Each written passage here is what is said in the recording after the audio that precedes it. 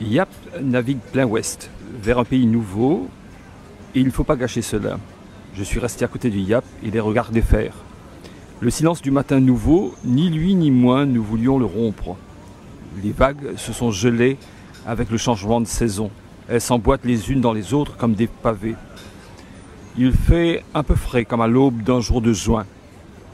Il n'y a pas de juin à l'équateur à ce qu'on dit. Lui aussi le confirme. Plutôt des saisons qu'on ne connaît pas. Pourtant, je jurerais que c'est le mois de juin.